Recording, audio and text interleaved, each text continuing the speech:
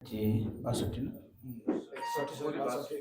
61 को वर्ष को जाऊଥିବା अवसर रे जो प्रार्थना आयोजन करछंती से आयोजन रे सक्रियता पूर्वक जोग देथिबा सम्मेलनी कतरे पुणी अन्यान्य अभिषिक्त जनमान कतरे प्रभुଙ୍କ दास दासी माने जेते अछंती मंडली रो मुख्य मान कतरे मो प्रभु यीशु नाम रे समस्त प्रेम नमस्कार जनाए और प्रार्थना करी। सर्वशक्तिमान प्रभु तुम गौरव नाम धन्य प्रभु प्रकृत भाव दिन को दिन प्रति मुहूर्त प्रति क्षण तुम्हें पृथ्वीर असंख्य तुम दास दासी मानकर कथा संभाली आसुथ प्रभु एपरि असंख्य लोक मानकर असंख्य आवश्यक को तुम्हें पूर्ण कर आसुच प्रभु प्रतिदिन प्रति निमिष आम सकल प्रयोजन को तुम्हें आशीर्वाद कर आसुच तुम नाम धन्य हो और भाई को तुम दास को आज 61 पूर्ण हवा दे 62 प्रवेश करने जाऊा पर्यंत पुत्र संतान पिला को दे पुओ झील को दे और सांसारिक भाव में पिला को आशीर्वाद करे आशीर्वाद को देखा देच तुम गौरव नाम धन्य हो प्रार्थना कर परिवार ए दुर्दिन तुम आशीर्वाद बोझ बहन करी जमी पाद पकईवा हम जमी आग को चलवा हम तुम दया अनुग्रह कामना करुछु प्रभु आशीर्वाद कर सहवर्ती हो आम को समस्त को मंडली पुणी एकत्रित समस्त को आशीर्वाद कर प्रभु यीशु नाम प्रार्थना कली आमेन। आज मो कहवाक चाहूँगी जहाँ आपण मान आगुरी कहूँ गीत संहिता 92 12 ରୁ 14 ता भितर सब लिखा जाइथिबा विषय वस्तु भितर जो माने सदा प्रभु गृह रोपित हुंती से पदरू पढ़ी साहय करते मत 14 जाए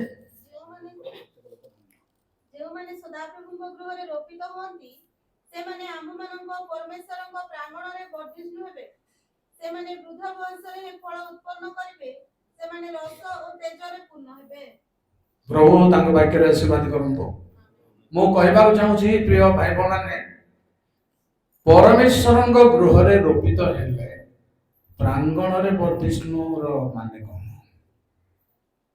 जनक बारियाडे गोटे गछ लगेले अन्य बारियाडे वर्धिष्णु होची ए प्रांगण रे परिस्थिति होबो कोन तांको गृह को प्रांगण को संपर्क कोन आज मो कहबी जे प्रांगण रे वर्धिष्णु रो विषय वस्तु परमेश्वर गृह रे रोपित हेई पार किंतु बढ़िबा किछि कोठी प्रांगण प्रभु नाम रे गौरव किंतु बढ़िबा को हेबो ही बढ़िबा को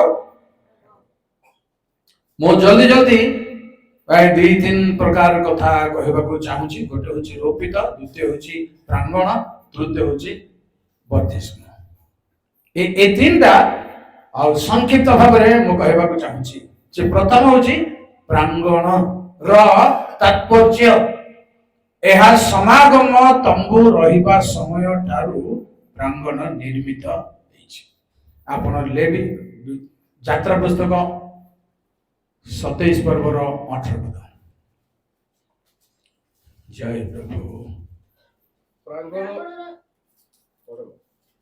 रे 100 हस्त दीर्घ और सर्वत्र 50 हस्त प्रस्थ और 5 हस्त उच्च पुनी सबु बड़ा शुभ्र सोमसूत्र रे प्रस्तुत और तहिरा पितळर चुंगी हेबो एते कथा होछि प्रांगण रे अछि जहा वर्णना करबा पय मन को समय दरकार से प्रांगण एते बड़ माधुर्य ओ प्रस्तुति प्रिय भाई माने सेही प्रस्तुति हमर आध्यात्मिक जीवन बढ़िबा जरूरी होते तेणु से प्रांगण को गोटे कथा वर्णना करबा चाहूछि प्रथम वंशावली 28 पर्वर 12 केमिति आकार रे तयारी करबो परमेश्वर आत्मांक द्वारा दाऊद को नमूना दैथिले एमति समिति नो मानव जे आत्मांक द्वारा सदा प्रभु गृहर प्रांगण निमंते और चतुर्दिग स्थित समस्त कोठरी निमंते और परमेश्वर गृहर भंडार निमंते और पवित्रीकृत ବସ୍ତୁ ସବୁର ଭଣ୍ଡାର ନିମନ୍ତେ ପ୍ରାପ୍ତ ସମସ୍ତ ନମୁନା ଦେଲେ। ଯେଣୁ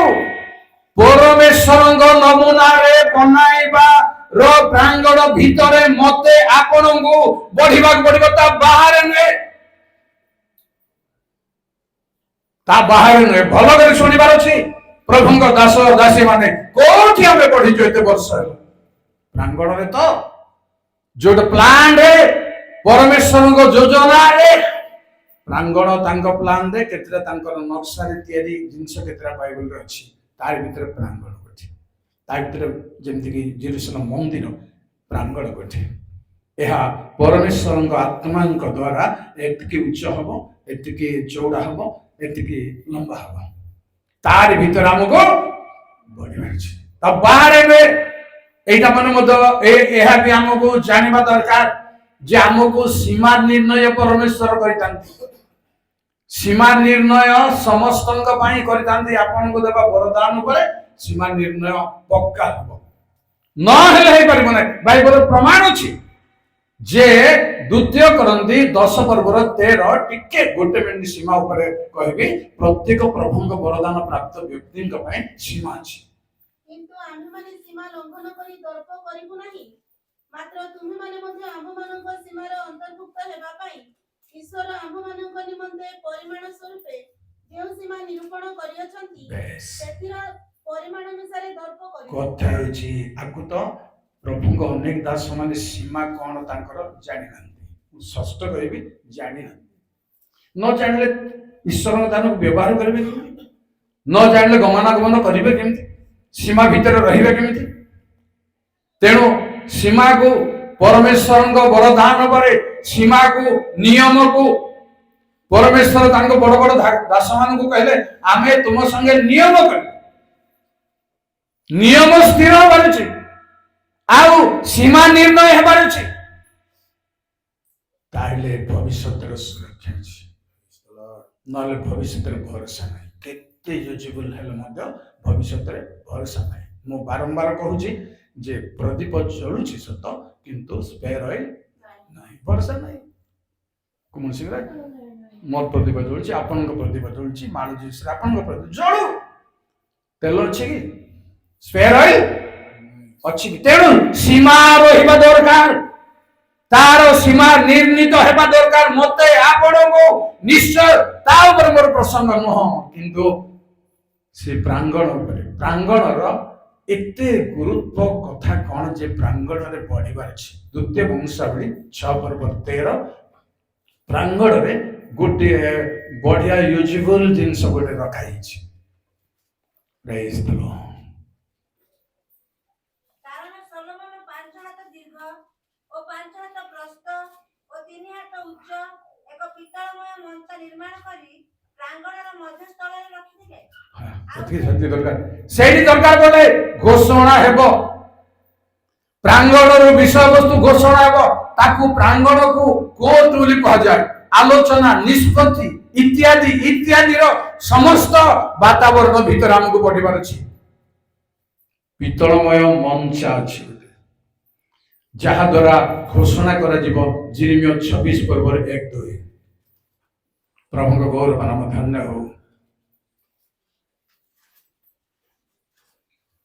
ଯୋସିୟାର ପୁତ୍ର ଜିହୁଦାର ରାଜା ଜିହୋୟାକିମର ରାଜତ୍ୱର ଆରମ୍ଭରେ ସଦାପ୍ରଭୁଙ୍କ ଠାରୁ ଏହି ବାକ୍ୟ ଉପସ୍ଥିତ ହେଲା, ଯଥା ସଦାପ୍ରଭୁ ଏହି କଥା କହନ୍ତି, ତୁମେ ସଦାପ୍ରଭୁଙ୍କ ଗୃହର ପ୍ରାଙ୍ଗଣରେ ଠିଆ ହୁଅ ଓ ସଦାପ୍ରଭୁଙ୍କ ଗୃହରେ ପ୍ରଣାମ କରିବା ପାଇଁ ଜିହୁଦାର ନଗର ସମୂହରୁ ଆଗତ ଲୋକମାନଙ୍କୁ ଯେଉଁ ସକଳ କଥା କହିବା ପାଇଁ ଆମେ ତୁମକୁ ଆଜ୍ଞା କରୁ ତାହା ସବୁ ସେମାନଙ୍କୁ କୁହ। ସେ ଜାଗା ହେଉଛି ଘୋଷଣାର ଜାଗା। ଯୋଉମାନେ ପ୍ରଣାମ କରିବା ପାଇଁ ଆସିବେ ସେମାନଙ୍କୁ ପରମେଶ୍ୱରଙ୍କର ବାକ୍ୟର ଘୋଷଣା କେବଳ ପ୍ରିୟ ଭାଇ ଭଉଣୀମାନେ ପ୍ରାଙ୍ଗଣରେ। ତେଣୁ 135 ଗୀତର 2 ଲେଖା ଅଛି, ପ୍ରାଙ୍ଗଣରେ ଠିଆ ହୁଅନ୍ତି ଲୋକମାନେ ଘୋଷଣା ଶୁଣିବା ପାଇଁ। ପ୍ରେଜ୍ ଦ ଲର୍ଡ। ତୁ ଆଜି ଖାଇକିରି ଆସିଛୁ ନା ନାଇଁ? ନା ସଦାପ୍ରଭୁଙ୍କ ଗୃହରେ ଆମ୍ଭମାନଙ୍କ ପରମେଶ୍ୱରଙ୍କ ଗୃହ ପ୍ରାଙ୍ଗଣରେ ଠିଆ ହୋଇଥାଅ ଯେ ତୁମେମାନେ ସଦାପ୍ରଭୁଙ୍କର ପ୍ରଶଂସା କର। ବେଶ, ଯୋଉମାନେ ପ୍ରାଙ୍ଗଣକୁ ଆସିବେ ଠିଆ ହେବେ ସେମାନେ ପ୍ରଶଂସା କରିବେ ପରମେଶ୍ୱରଙ୍କର। ଶୁଣାଣି ପ୍ରାଙ୍ଗଣରେ କେବଳ ଏତିକି ନୁହଁ ପ୍ରିୟ ଭାଇ ଭଉଣୀ ମାନେ ପୁରୀ ଶୁଣନ୍ତୁ ପ୍ରାଙ୍ଗଣ ଗୀତ ସଂହିତା 65 ର 4 ଦରକାର ପଡେ 5 ପ୍ରାଙ୍ଗଣର ତାତ୍ପର୍ଯ୍ୟ ଶୁଣନ୍ତୁ। ତୁମେ ଯାହାକୁ ତୁମ ପ୍ରାଙ୍ଗଣରେ ବାସ କରିବା ପାଇଁ ମନୋନୀତ କର ଓ ଆପଣ ନିକଟକୁ ଆସିବାକୁ ଦିଅ ସେ ଲୋକ ଧନ୍ୟ। ବେଶ ଯଥେଷ୍ଟ। ଯେଣୁ ଯୋଉମାନେ ପ୍ରାଙ୍ଗଣକୁ ଆସିବା ଚାନ୍ସ ପାଆନ୍ତି ସେମାନେ ଧନ୍ୟ। ତେଣୁ ସେଇ ଜାଗାରେ ମତେ ବଢିବାକୁ ହବ, ପ୍ରସାଦ ପାଣିକୁ ବଢିବାକୁ ହବ, ସମସ୍ତଙ୍କୁ ବଢିବାକୁ ସେଇ ଜାଗାରେ ବାହାରେ ଚାଲାକି ଦେଖେଇଲେ ହବନି, ସୀମା ବାହାରେ ପ୍ରାଙ୍ଗଣ ବାହାରେ ଶିକ୍ଷିତ ଦେଖେଇଲେ ହବନି, କେବେ ହେଇପାରିବ ନାହିଁ। ପ୍ରାଙ୍ଗଣ ଭିତରେ ରୁହନ୍ତୁ।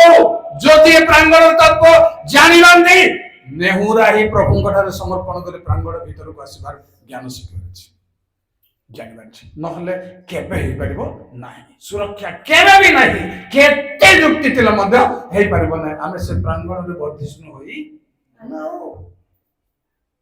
ସେଥିପାଇଁ ପ୍ରାଙ୍ଗଣକୁ ଯୋଉମାନେ ଯାଆନ୍ତି ରୁହନ୍ତି ସେମାନେ ଧନ୍ୟ। ସମସ୍ତଙ୍କୁ ସେ ଚାନ୍ସ ନୁହେଁ। ତେଣୁ ଦାଉଦ ଗୋଟେ ଆଶ୍ଚର୍ଯ୍ୟ କଥା କହିଲେ ଗୀତ 84 ର 2 ରେ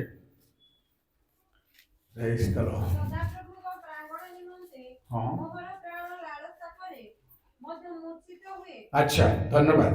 ଯେଣୁ ଏମିତି ମଜା ତା ଭିତରେ ଅଛି କି, ଏମିତି ଆକର୍ଷଣୀୟ ବିଷୟ ଅଛି କି, ଏମିତି ଆଶୀର୍ବାଦ ଅଛି କି, ଏମିତି ବୃଦ୍ଧି ସାଧନ ହେବାର ଚାନ୍ସ ଅଛି କି ଯେ କହିଲେ ମୋର ପ୍ରାଣ ଲାଳସା କରେ ଆଉ ମୂର୍ଚ୍ଛିତ ହୁଏ।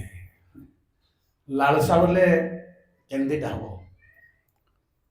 ଲାଳସା ବୋଲେ କେମିତି ଖାଇବି ଦରକାର ପଡେ ଲାଲ ମଧ୍ୟ ଯିବାଟା ହଉଛି ଲାଳସା। ଈଶ୍ୱରଙ୍କ ପ୍ରାଙ୍ଗଣ ବାହାରି ତା ଭିତରେ ଯୋଉ ରହସ୍ୟ ଅଛି, ଯୋଉ ଆଶୀର୍ବାଦ ଅଛି, ସେଥିପାଇଁ ଆମେ ଲାଳସା ହେବାର ଅଛି, ଦରକାର ମୂର୍ଚ୍ଛିତ ହେଇଯିବାର ଅଛି। କେମିତି ହେମ ପାଇବି ପ୍ରାଙ୍ଗଣରେ। ଆଉ ଗୋଟେ ମଜାକୁ କହିବି ଆପଣଙ୍କୁ, ଲେବି 6:16 ଯିଶାୟ 62:9 ସେଠି ପବିତ୍ର ଦ୍ରବ୍ୟର ଭୋଜନ ପାନ ଅଛି। ପବିତ୍ର ଲୋକମାନେ ହିଁ ସେ ପବିତ୍ର ଦ୍ରବ୍ୟ ଭୋଜନ ପାନ କରିବେ।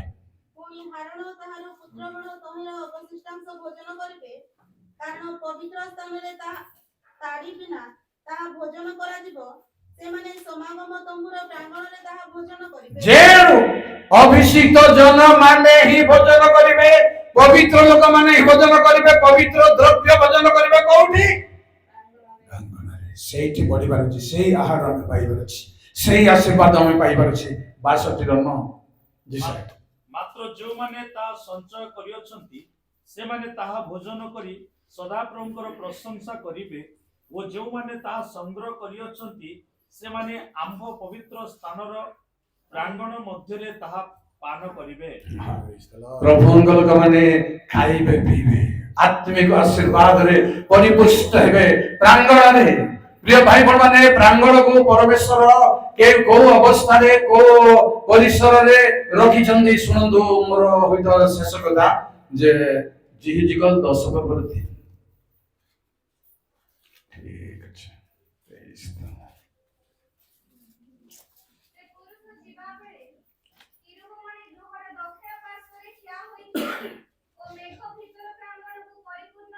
ଯେଣୁ ପ୍ରାଙ୍ଗଣରେ ଈଶ୍ୱରୀୟ ମେଘ ପରିପୂର୍ଣ୍ଣ। ଜାଣିଛନ୍ତି ଆପଣ ଈଶ୍ୱରୀୟ ମେଘର ଢାଙ୍କିବା ଅବସ୍ଥାରେ କଣ କଣ କାମ ହେଇଛି? ପ୍ରଥମ କାମ ହେଉଛି ମୂଷା ପରମେଶ୍ୱରଙ୍କ ସଙ୍ଗେ ଆଳାପ କଲେ। ଏଭଳି ମେଘ ଢାଙ୍କିଲେ ଏହା ସବୁ ହୁଏ। ପୁଣି ଯୀଶୁ ପର୍ବତ ଉପରେ ତାଙ୍କର ରୂପ ପରିବର୍ତ୍ତନ ବେଳକୁ ଗୋଟେ ମେଘ ଢାଙ୍କି ତାଙ୍କୁ ଏମାନଙ୍କ ଠାରୁ ଅଲଗା କରିଦେଲା। ତେଣୁ ପ୍ରାଙ୍ଗଣରେ ଆମର ଅତିବାହିତ ହେବା ଦରକାର, ପ୍ରାଙ୍ଗଣରେ ବୃଦ୍ଧି ପ୍ରାପ୍ତ ହେବା ଦରକାର। ତା ମଧ୍ୟ କେମିତି? ରୋପିତ ବୃକ୍ଷ ତୁଲ୍ୟ। ପରମେଶ୍ୱର ଯେଉଁମାନଙ୍କୁ ରୋପଣ କରିଛନ୍ତି, ପ୍ରକୃତ ଭାବରେ ପରମେଶ୍ୱର ଗୋଟେ କେମିତିକା କୃଷି ପ୍ରିୟ ବୋଲି କହିବି, ମୁଁ ଭାଷା ମୋ ପାଖରେ ମୋ ଜୀବନରେ ନାହିଁ। ପରମେଶ୍ୱର କୃଷି ଭଲ ପାଆନ୍ତି, ତାଙ୍କ ଦାସ ମାନଙ୍କୁ ଦାସୀ ମାନଙ୍କୁ ହିଁ ତାଙ୍କ ଜାଗାରେ ରୋପଣ କରନ୍ତି, ଆଉ କାହାକୁ ନୁହେଁ, ଆଉ କାହାକୁ ନୁହେଁ। ଯେତେବେଳେ ପ୍ରଥମ ବଗିଚାରେ ବୃକ୍ଷରୋପଣ କଲେ 2 ପ୍ରକାର କଥା ଅଛି, ସୁଦୃଶ୍ୟ ଆଉ ସୁଖାଦ୍ୟ। ଦେଖିବାକୁ ବି ସୁନ୍ଦର ଥିବାର ଅଛି, ଗଛ ଅଛି ଆଉ ଖାଇଲେ ମଧ୍ୟ ଅନେକ ଆମ୍ବ କିଣୁଛୁ ଆମେ, ଅନେକ ମକା କିଣୁଛୁ ଚୋପରା ଚୋପରା, ଆମ୍ବ କିଣୁଛୁ ଖଟା ଖଟା, ଏପଲ କିଣୁଛୁ ଟେଷ୍ଟ। ପ୍ରେଜ୍ ଦ ଲର୍ଡ। ପ୍ରଭୁଙ୍କ ଲୋକମାନେ ପରମେଶ୍ୱରଙ୍କ ଏକ ବୃକ୍ଷ, ସେମାନଙ୍କ ଫଳ ଟେଷ୍ଟ ଭଲ। ତେଣୁ ସେମିତି ରୋପିତ ହେବାର ଅଛି। ରୋପିତ ଉପରେ ଗୋଟିଏ କଥା ମୁଁ କହିବି ସମୟ ଅଭାବ ଦୃଷ୍ଟିରେ। ଆଇବ 14 ପର୍ବର 7 ରୋପିତର ମାନେ କଣ ଦେଖନ୍ତୁ। କାରଣ ବୃକ୍ଷ ବିଷୟରେ ଆଶା ଥାଏ, ତାହା କଟା ଗଲେ ପୁନର୍ବାର ପଲ୍ଲବିତ ହେବ ଓ ତହିଁର କୋମଳ ଶାଖାର ଅଭାବ ହେବ ନାହିଁ। ଯଦ୍ୟପି ତହିଁର ମୂଳ ମୃତ୍ତିକାରେ ପୂର୍ଣ୍ଣ ହୋଇଯାଏ ଓ ତହିଁର ଗଣ୍ଡି ଭୂମିରେ ମରିଯାଏ, ତଥାପି ଜଳର ଗନ୍ଧ ପାଇଲେ ତାହା ପଲ୍ଲବିତ ହେବ ଓ ରୋପିତ ବୃକ୍ଷ ତୁଲ୍ୟ ଶାଖା ବିଶିଷ୍ଟ ହେବ। ରୋପିତ ବୃକ୍ଷ ଶାଖା ପ୍ରଶାଖା ବିଶିଷ୍ଟ, ତାକୁ ତୁଲ୍ୟ ବୋଲି ଲେଖା ଯେମିତି ତାର ଅର୍ଥ ରୋପିତ ବୃକ୍ଷ ଶାଖା ପ୍ରଶାଖା ବିଶିଷ୍ଟ। ଦେଖନ୍ତୁ ଗୀତ ସଂହିତା 80:8-12। ପ୍ରଭୁଙ୍କ ଗୌରବ ନାମ ଧନ୍ୟ ହଉ। ତୁମେ ମିଶରରୁ ଗୋଟିଏ ଦ୍ରାକ୍ଷାଲତା ଆଣିଲ, ହୁଁ ତୁମେ ଗଛମାନଙ୍କୁ ତଡ଼ି ଦେଇ ତାହା ରୋପଣ କଲ, ଆଚ୍ଛା ତୁମ୍ଭେ ତାହା ସମ୍ମୁଖରେ ସ୍ଥାନ ପ୍ରସ୍ତୁତ କଲ, ତହିଁରେ ତାହା ବଦ୍ଧମୂଳ ହୋଇ ଦେଶ ଯାକ ବ୍ୟାପିଗଲା। ତାହାର ଛାୟାରେ ପର୍ବତଗଣ ଆବୃତ ହେଲେ ଓ ତାହାର ଶାଖା ସବୁ ପରମେଶ୍ୱରଙ୍କ ଏରସ ବୃକ୍ଷ ତୁଲ୍ୟ ହେଲେ। ତାହା ସମୁଦ୍ର ପର୍ଯ୍ୟନ୍ତ ଆପଣା ଶାଖା ସେଇଟା ମୁଁ ଚାହୁଁଥିଲି। ଆପଣା ପଲ୍ଲବ ବିସ୍ତାର ଥ୍ୟାଙ୍କ ୟୁ। ଯେଣୁ ପରମେଶ୍ୱର ରୋପଣ କରିବାର ବୃକ୍ଷର ଶାଖା ପ୍ରଶାଖା ପ୍ରଭାବ ପ୍ରିୟ ଭାଇ ମାନେ ସମୁଦ୍ର ପର୍ଯ୍ୟନ୍ତ ଏବଂ ନଦୀ ପର୍ଯ୍ୟନ୍ତ ପର୍ବତଗଣ ତାର ଛାୟାରେ ଆବୃତ ହେବେ। ଏହା ହଉଛି ରୋପିତ ପ୍ରଭୁଙ୍କ ଦାସ ମାନଙ୍କର ନିମନ୍ତେ ଆଶୀର୍ବାଦ ମଙ୍ଗଳ। ରୋପିତର ଗୋଟେ ଗଳତି କଥା ଅଛି, ସେଟା କହିବି ଆପଣଙ୍କୁ। ଯେହେତୁ 17 ପର୍ବ 4-7 ରୋପିତରେ ଗୋଟେ ଆଶଙ୍କା ଅଛି, ସେଥିପାଇଁ ଆମେ ସତର୍କ ରହିବା ଦରକାର। ସେ ତହିଁର ସାନ ସାନ ପଲ୍ଲବର ଉଚ୍ଚତମ ପଲ୍ଲବ କାଟି ବାଣିଜ୍ୟ ଦେଶକୁ ନେଇ ବଣିକ ମାନଙ୍କର ଗୋଟିଏ ନଗରରେ ରଖିଲା। ଆହୁରି ସେ ଦେଶର ବୀଜ ନେଇ ଏକ ଉର୍ବରା ଭୂମିରେ ତାହା ରୋପଣ କଲା। ସେ ଜଳରାଶିର ନିକଟରେ 22 ବୃକ୍ଷ ତୁଲ୍ୟ ତାହା ରୋପଣ କଲା। ତହୁ ତାହା ବଢି ଅଳ୍ପ ଉଚ୍ଚ ଦ୍ରାକ୍ଷାଲତା ପରି ବଢିଲା। ତହିଁର ଶାଖା ସବୁ ତାହାର ସମ୍ମୁଖ ହେଲା ଓ ତହିଁର ମୂଳ ତାହାର ତଳେ ରହିଲା। ଏହି ପ୍ରକାରେ ତାହା ଦ୍ରାକ୍ଷାଲତା ହୋଇ ଶାଖା ବିଶିଷ୍ଟ। ଶୁଣନ୍ତୁ ଆଜ୍ଞା, ସେଟା ମୁଁ କହିବାକୁ ଚାହୁଁନି। ଗୋଟେ ଗଛ ଆଣିଲେ ବଢିଲା ବେଳକୁ ଦ୍ରାକ୍ଷାଲତା ହୋଇ ଲେଖା ହେଇଛି। ଆଣିଲେ ଗୋଟେ ଚାରା, ବଢିଲା ଆଉ ଗୋଟେ। ଦେଖନ୍ତୁ ମଜା, ଦେଖନ୍ତୁ ରୋପିତର ରହସ୍ୟ। ଈଶ୍ୱର ଆଣିଲେ ଆଉ ଗୋଟିଏ, ବଢିଲା ଆଉ ଗୋଟିଏ। ବଢିଲା ପରେ ସମସ୍ୟା ଅଛି ରୋପିତ ବୃକ୍ଷ ମାନଙ୍କୁ। ପ୍ରଭୁଙ୍କ ଦାସ ଦାସୀ ମାନଙ୍କୁ ଶୁଣନ୍ତୁ ତଳକୁ ମା। ପୁଣି ଆଉ ଗୋଟିଏ ବଡ଼ ବଡ଼ ପକ୍ଷ। ଦୁଃଖର କଥା, ଗୋଟେ ଉତ୍କର୍ଷ ପକ୍ଷିତ ରୋପଣ କଲା, ଶତ୍ରୁ ଆଉ ଗୋଟେ ଆସିଲା। ଦେଖନ୍ତୁ ଓ ଅନେକ ଲୋମ ବିଶିଷ୍ଟ ବୃହତ୍ ଉତ୍କର୍ଷ ପକ୍ଷୀ ଥିଲା। ଆଉ ଦେଖ, ସେହି ଦ୍ରାକ୍ଷାଲତା ଜଳରେ ସେଚିତ ହେବା ପାଇଁ ଆପଣ ରୋପିତ ହେବା କିଆରୀରୁ ତାହାର ଆଡେ ଆପଣ ମୂଳ ବକ୍ର କରି ଶାଖା ବିସ୍ତାର କଲା। ହେଲା। ଦୁଃଖର କଥା କଣ, ଶତ୍ରୁ ଆସିଲା, ଆଉ କିଆରୀରେ ଗଛ ଲାଗିଥାଉ, କିନ୍ତୁ ମୂଳ କାହାର ଆଡେ? ଶତ୍ରୁ ଆଡେ। ଆପଣ କି ମୁଁ ପଚାର କି ପାଷ୍ଟର ରୋପିତ ହେଇଛନ୍ତି, କିନ୍ତୁ ମୂଳ ଶୈତାନ ଆଡେ ବକ୍ର ହେଇଯାଇଛି। କେତେବେଳେ କରିଯାଇଛି, ସଳକିବାର ବହୁତ କଷ୍ଟ। ମୁଁ ହେଉ, ଜଣେ ପ୍ରଚାରକ ହଉ, ପାଷ୍ଟର ହଉ, କି ଲିଡର ହଉ, ବିଶପ ହଉ, ରୋପିତ ହେଇଛି ସତ, କିନ୍ତୁ ମୂଳ ବକ୍ର ହେଇଯାଇଛି। ସାବଧାନ ମତେ ହେବାକୁ ପଡିବ, ସମସ୍ତେ ହେବାକୁ ପଡିବ, ବିଶ୍ୱାସୀ ନେବାକୁ ପଡିବ। ଠିକ ପ୍ରଭୁ ରେଖା ଥିବ, ସେ ସେବା କରୁଥିବ, କିନ୍ତୁ ତାର ମୂଳ ସିଧା ନା। ଖରାପ ହେଇଯାଇଛି। ଆଉ ବେଶୀ କହିବିନି, ଖରାପ ହେଇଯାଇଛି। କାର ଆଡେ? କେତେ ଛଟପଟ ହେଲେ ମଧ୍ୟ ସେ ବାକଡି ମୂଳକୁ ବାକଡି ମୂଳ ଏକା। ଆମେ ପିଲାବେଳୁ ଦେଖୁଥିଲୁ କୁମୁଳ ଗଛ, ତେନ୍ତୁଳି ଗଛ, ବାକଡିକୁ ବାକଡି ଏକା।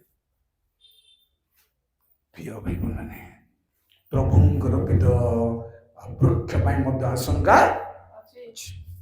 ମୁଁ ଶେଷରେ କହିବି ଆପଣଙ୍କୁ, ବର୍ଦ୍ଧିଷ୍ଣୁ ନ ବଢିଲେ କିଛି ଲାଭ ନାହିଁ।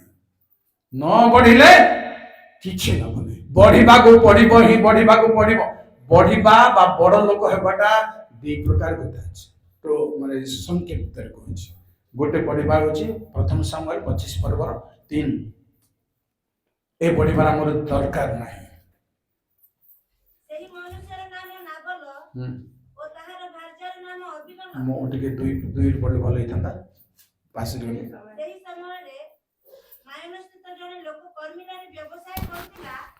ସେ ଅତି ବଡ଼ ଲୋକ हां ଓ ତାହାର तापर 3 बड़ से अति बड़ लोक तापर 3 ଓ 3,000 ମେଷ। আর ସେହି ମନୁଷ୍ୟର ନାମ ନାବଲ ଓ ତାହାର ଭାର୍ଯ୍ୟାର ନାମ ଅବିଗଲ। ସେହି ସ୍ତ୍ରୀ ବୁଦ୍ଧିମତୀ ଓ ରୂପବତୀ, ମାତ୍ର ସେହି ପୁରୁଷ କଟୁଭାଷୀ ଓ କୁକର୍ମକାରୀ। बेस बड़ लोक मात्र तार कथबार्ता कटुभाषी आउ कुकर्म कानी केते बड़ हेले कोन हो एक प्रथम एक बोली कहबे एटा गोटे बड़ आ गोटे बड़ सुन दो आदि पुस्तक 24 पर्व 35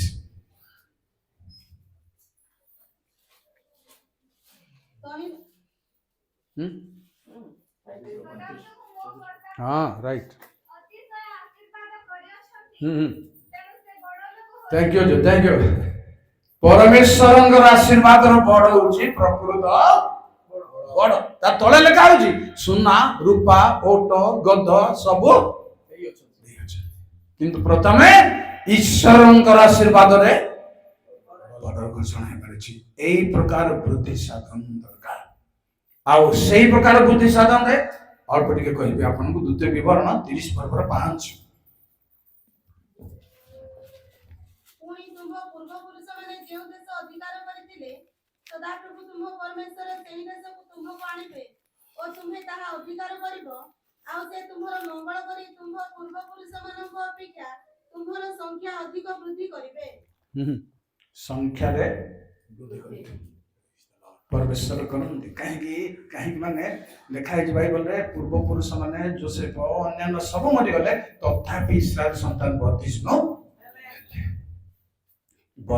10 पद 30 रो 10 ତେବେ ସଦାପ୍ରଭୁ ତୁମ୍ଭ ପରମେଶ୍ୱର ତୁମ୍ଭ ମଙ୍ଗଳାର୍ଥେ ତୁମ୍ଭ ହସ୍ତକୃତ କର୍ମରେ ତୁମ୍ଭ ଶରୀର ଫଳରେ ଓ ତୁମ୍ଭ ପଶୁ ଫଳରେ ଓ ତୁମ୍ଭ ଭୂମି ଫଳରେ ତୁମ୍ଭକୁ ବର୍ଦ୍ଧିଷ୍ଣୁ କରିବେ। हां प्रभु हस्तकृत कर्म भूमि फल बोलंदु व्यवसाय बोलंदु गाड़ी बोलंदु गछपत्र बोलंदु चाष बोलंदु जा भी बोलंदु परमेश्वर संख्या वृद्धि कले कोन हो धन मध्य वृद्धि धन बढ़िले तहिर भोक्ता माने बढ़ती निश्चित भाव तेणु आउ धन कथा गोटे मन मु गोटे मोर मुदी गोटे तनका करतली पर्सन पाखे चारणा छत्रा हिग्री तनका कली हेले मु मेलेइबाकू गली 50 टंका रे से डोंगरा गोटे आणला सुना सुना डोंगरा बाबू कोटा तोटा बाछिगिरी ना काढ़ी करे ने बोले खाली मुदी डोंगरा गोटे अछि ताको आउ सब डोंगरा थिबो गोटे गोटे सब मिसै की डिबा डिबा हेबो केते रखबो प्रेज द लॉर्ड प्रभु सेमती आशीर्वाद ताटु बड़का आशीर्वाद करिबा तांकर अधिकार तेणु कर्म रे वर्धिष्णु हमक हेबाक पड़िबा आगु पड़िबा किंतु कर्म रे वर्धिष्णु धन रे वर्धिष्णु हैला परे बहुत सीमा रेखा टाणवाक पड़ो सीमा रेखा न टाणिले आग को जाई हम ना डॉक्टर कौच प्रथम अंश पढ़ी 4 पर्व 9-10 सीमा वृद्धि कर प्रभु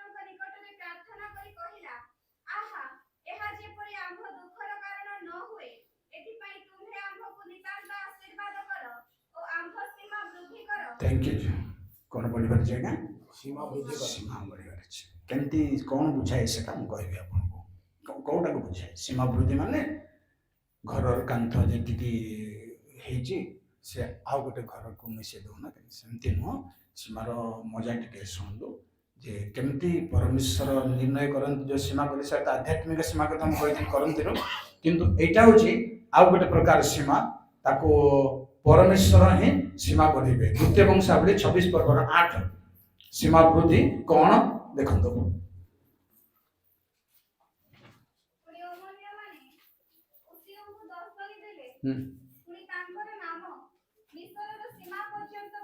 थैंक यू प्रेज नाडा देश बाहर देश गाँ बाहर गाँ बढ़िया व्यापीला बोली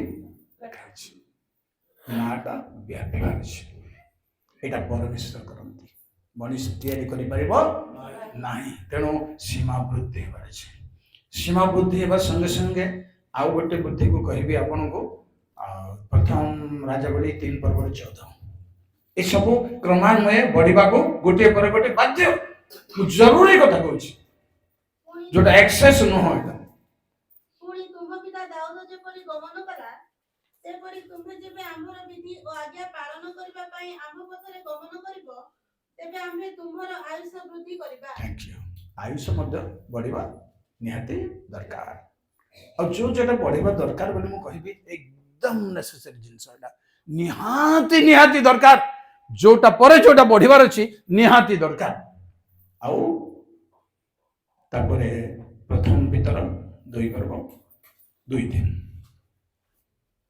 प्रमुख गौरवन मधान्य हो 2 पर्व 2 दिन समस्त प्रकार दुष्टता छल कपट ईर्षा और परनिंदा परित्याग करी नवजात शिशु तुल्य पारमार्थिक अमिश्रित दुग्ध पान करबाकू इच्छा करो आउ जेपरि तद्वारा परित्राणार्थे वृद्धि पाई पारो कथा होची आमे जिते जहा हेले मध्य परित्राणार्थे वृद्धि पाइबार कारण तो परित्राण गोटे बढ़िबा जिनिस की बढ़िबा जिनिस की एटा भावना रे हमर आलोचना रे रहिबा अछि की प्रकार कथा ये केमति बढ़िबो किंतु व्याख्या करनी तापर शेष कथा कहबी आपन को दूत पितर 3 पर्व 18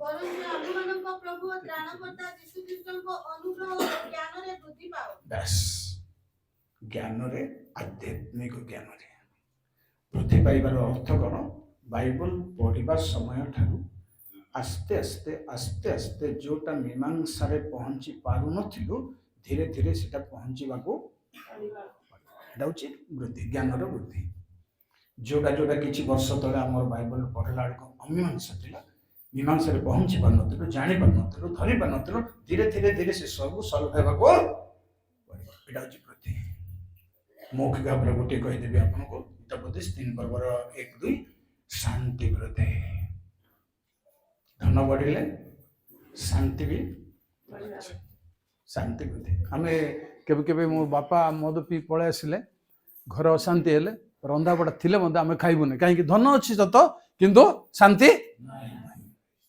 तेणु धन सहित शांति शांति सहित दीर्घायु दीर्घायु सहित सीमा सीमा सहित संख्या संख्या सहित प्रचुरता बढ़िबार अछि गोटे पर बढ़िबार अछि तापर परित्राण रे बढ़िबार अछि तापर ज्ञान रे बढ़िबार अछि एतकी से अनुरोध जे प्रभु जी क्या जुग एतकी बाट को आने बाट तो मोर एक्सपीरियंस रे कष्ट एतकी बाट को जे आसीबो कष्ट टिके कहीं कष्ट बोली कहूँ अल्प बाट रे लोक झुंटी पड़ सारा जिनस रे मु देखी बुली आसी कार को आरंभ होता को हिसाब रे शेष है जथेष्ट मोर अनुभव प्रभु द्वार अच्छी देखी अच्छी ना सहित मन अच्छी एतिकी कथा जे प्रभु आशीर्वाद करी धन बढ़े मंडली सपक्ष सब